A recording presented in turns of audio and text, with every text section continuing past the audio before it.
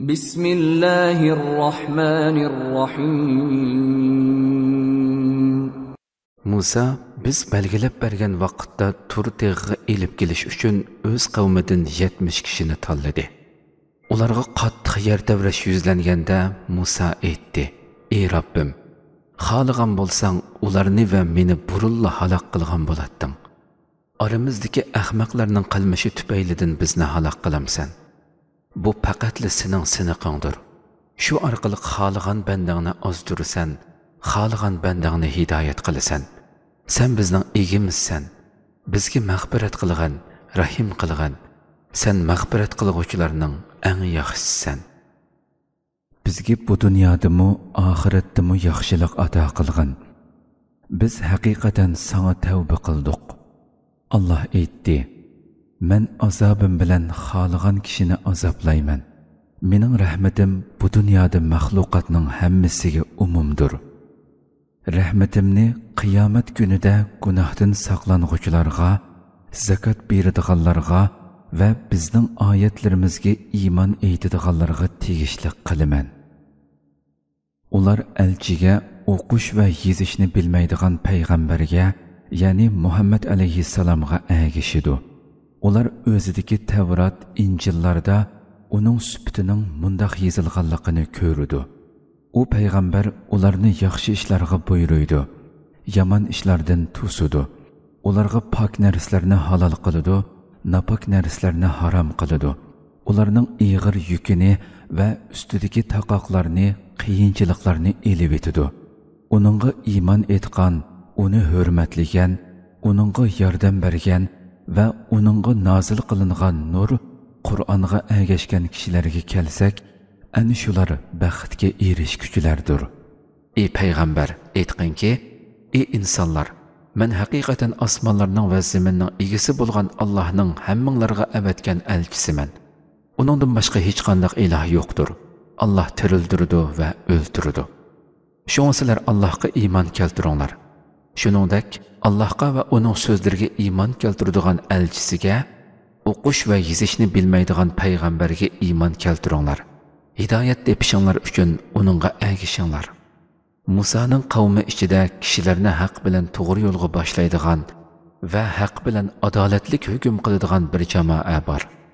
Biz ularni, ya'ni Isroil avlodini 12 tarmoqli qabilaga bo'lib atdik.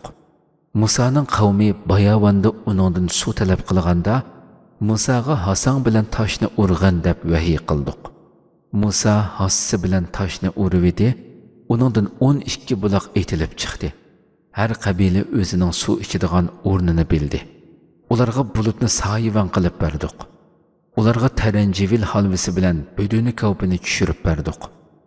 Ularga aytdikki: "Sizlar biz rizqlantirgan lazzatlik narsalardan yenglar." Ular bu ne'matga tuzkorlik qilib bizga ziyon yetkazolmadi, lekin o'ziga o'zi zulm qildi. Bir zamonlarda ularga: "Sizlar bu shaharda Baytul Muqaddasda turinglar. U yerdagi yemekliklardan xohlaganinglarcha yenglar. Shahar darvozasidan hurmat bildirib egilgan holda kiringlar.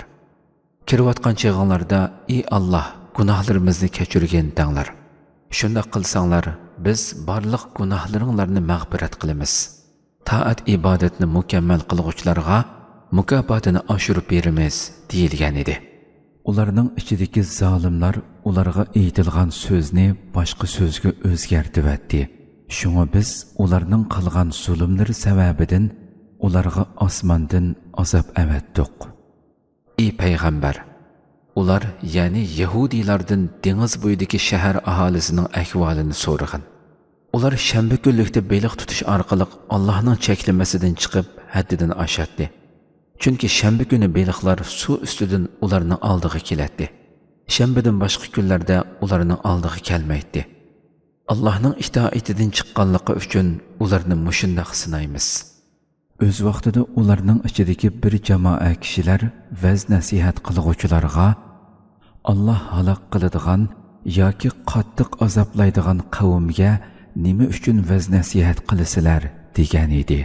U vaz nasihat qilguvchilar Rabbinglarning oldida vazifamizni ado qildik deb o'zlari aytishimiz va nasihat anglag'uvchilarning gunohdan saqlanish uchun shundoq qilamiz dedi. Ular o'ziga qilingan vaz nasihatni qabul qilmagan chaqda yomon ishdan to'squchilarni qutqizdik. Allohning itoatidan chiqqanligi uchun zolimlarni shiddatlik azob bilan jazoladik. Ular cheklangan ishlarni tashlashdan bosh tortgan chaqda ularga xorlangan holda maymun bo'lib ketinglar dedik. Ey payg'ambar, o'z vaqtida Rabbing ularga qiyomatgacha ularni cho'qim qattiq azoblaydigan kishilarni avatib turadiganligini xabar qilgan edi. Shaksizki, Rabbing albatta tez jazolag'uchidir. Tavba qilg'uvchilarni albatta mag'firat qilg'uchidir. To'liq mehribondir. Ularni yer yuzida turli firqalarga bo'lib o'tdik. Ularning ichida solihlarmi bor, tövəllərimi bor. Ularni to'g'ri yo'lga qaytib olsin deb bayoshatchilik va qattiqchilik bilan sinadik. Ulardan keyin yomon avlodlar kelib, Tavratga varislik qildi. Ular Tavrat tekstlarini o'zgartish badaliga bu dunyoning shu arzimas pul melini elib, Allah bizni afu qiladi deb qo'yadi. Agar shundoq pul-mol ularning qo'liga kelsa, ular yana oladi. Kitobda, ya'ni Tavratda Allah nomidan faqat haqiqatni aytishga doir ulardan chin va'da elingan emasmidi? Halbuki ular kitobdagi mazmunlarni o'qigan edi. Allohdan qo'rqadiganlar uchun oxirat yurti eng yaxshidir. Sizlar aqlinglarni ishlatmamsizlar. Kitobga chin esilib amal qiladiganlar va namozni to'liq ado qiladiganlarga kelsak, shaksizki biz yaxshi ish qilguvchilarning ajrini hargiz bekor qilib o'tmaymiz. O'z vaqtida biz tur teg'ini qumurib kelib, ularning ustiga soyivanda ko'tirgan edik. Ular tog' ustimizga tushib ketadigan bo'ldi deb o'yladi. Ularga aytdikki, sizlarning taqvodor bo'lishinglar uchun o'zinglarga berilgan kitobni mahkam tutinglar. Uningdagi ko'rsatmalarimizni esinglardan chiqarmanglar. O'z vaqtida Rabbing odam bolalarini otalarining pushtidan chiqarib va ularni o'zlariga guvoh qilib, "Men sizlarning Rabbinglar emasmi?" degan edi. Ularmi, "Ha, albatta sen bizning Rabbimizsan. Biz guvohlik berdik" degan edi. Bundaq qilishimiz qiyomat kuni ularning biz buningdan g'aflatda qolgan ekanmiz demasligi yoki ota-bobolarimiz ilgari sana butlarni shirik keltirgan ekan. Bizning faqat ularning avlodi bo'lib qolganlik yerimiz bor.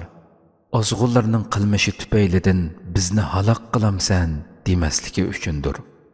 Ularning chunqur o'ylanib kufridan qaytishi uchun oyatlarimizni mushundoq tafsiliy bayon qilamiz.